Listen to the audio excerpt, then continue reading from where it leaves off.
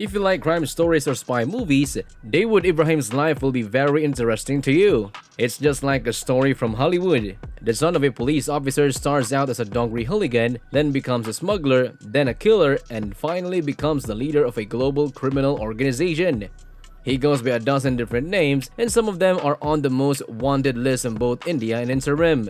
This man is one of the most important people who sell drugs in India. This is not the plot of a James Bond or Jason Bourne movie, it is Dawood Ibrahim's real-life story. Stay with us until the end to find out everything you need to know about the most wanted gangster in India.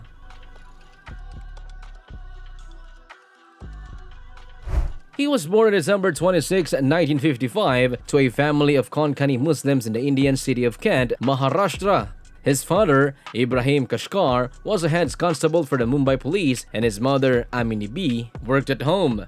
He went to Ahmed Sailor High School, but he dropped out when his father couldn't pay for it anymore. Instead, he became a thug and started his own gang, the Dongri, which was involved in small-time smuggling.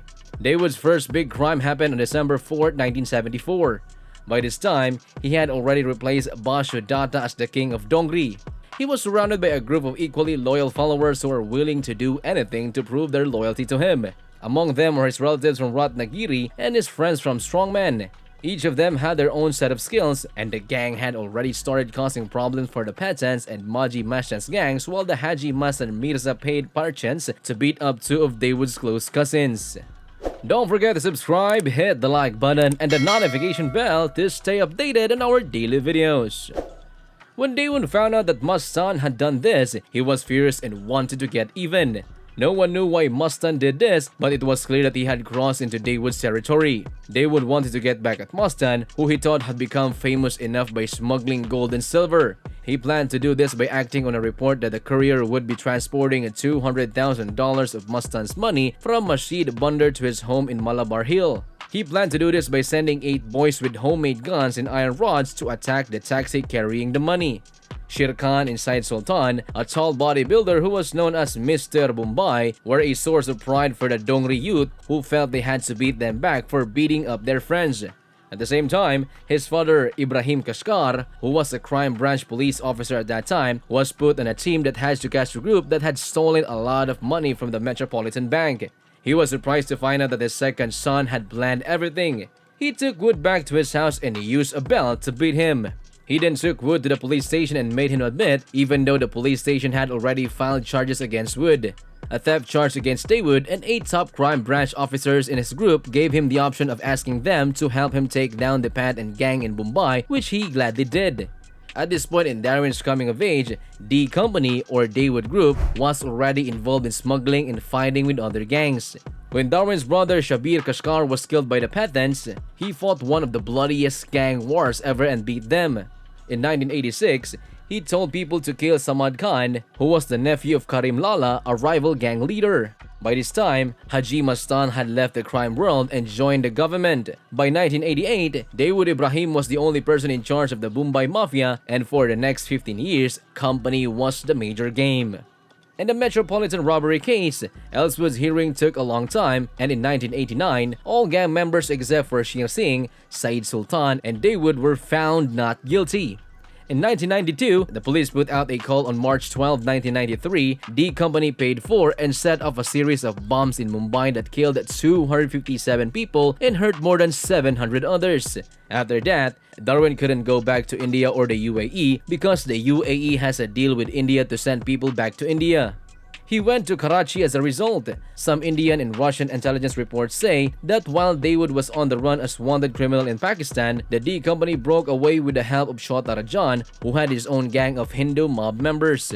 Even the 10 terrorists who sailed into Mumbai on November 26, 2008 and took part in the bombings that killed 173 people were given a boat by D Company. Forbes says that Dawood Ibrahim is one of the world's wealthiest and most dangerous thieves. Through the company, Dawood has businesses in 15 countries on 3 continents, Europe, Asia, and Africa, and a net worth of almost $7 billion. He also owns a lot of Benami properties, which are pieces of land bought by other people in different parts of the world. People think that Dawood is currently living somewhere in Balochistan, Pakistan. A story in intelligence said that his old home in Karachi had a waterfall and temperature-controlled swimming pool, a tennis court, a billiards court, a running track, and many other amenities. Savile Row in London was where he got his stylish clothes. At the same time, the story of Dawood Ibrahim has been interesting to Bollywood for a long time. There have been a lot of movies about Dawood and the D Company, like Shootout at Lokhandwala and Shootout in Wadala. As part of his global sanctions policy, the US Treasury once called Ibrahim a terrorist in Mumbai and on D-Day. This meant that the US banks couldn't do business with him, and assets that were thought to be in his hands were taken away. A page with information about Ibrahim is also kept by the Treasury Department. On this page, there are claims that Ibrahim shared information with terrorist groups and used smuggling paths from South Asia, the Middle East, and Africa. Al-Qaeda people say that Ibrahim's gangs also sent a lot of drugs to the UK and other places in Western Europe. Even though Dawood has been lost for a long time, he hasn't been seen in public for a long time. Even though Mr. Ibrahim hasn't been in India in more than 25 years, his business are still doing well. He is still in charge of India's biggest crime gang, which shows how good he is at the business and how much people trust him. In 1984, he was charged in his home country, so he left and lived well for the next 20 years in Dubai. But the shocking murder of one of his partners in the hallway of a high-end Indian club in Dubai in 2003 was the last straw for the Emirati officials.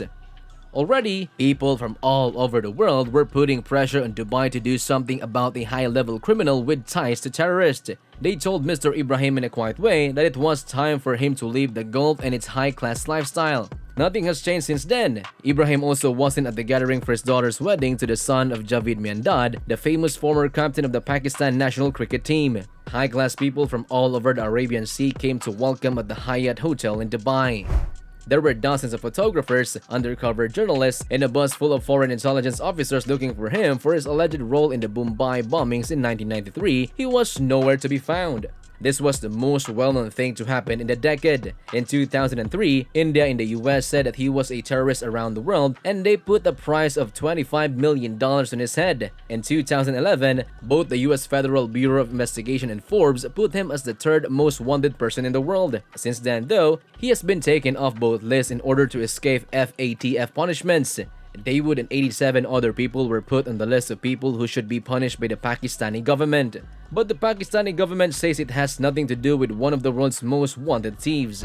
He doesn't want to be seen in public not because he did something bad, but because the law and international politics are hard. The US and India were very important to Dubai's plan to become the new financial powerhouse of the area. But Darwin's position hurt the growing business ties between the Emirates and the India and the political ties between the Emirates and the US. So they wouldn't give Ibrahim to either Delhi or Washington. Instead, he asked the Don to find another place to stay quietly, even though Ibrahim had to leave the country.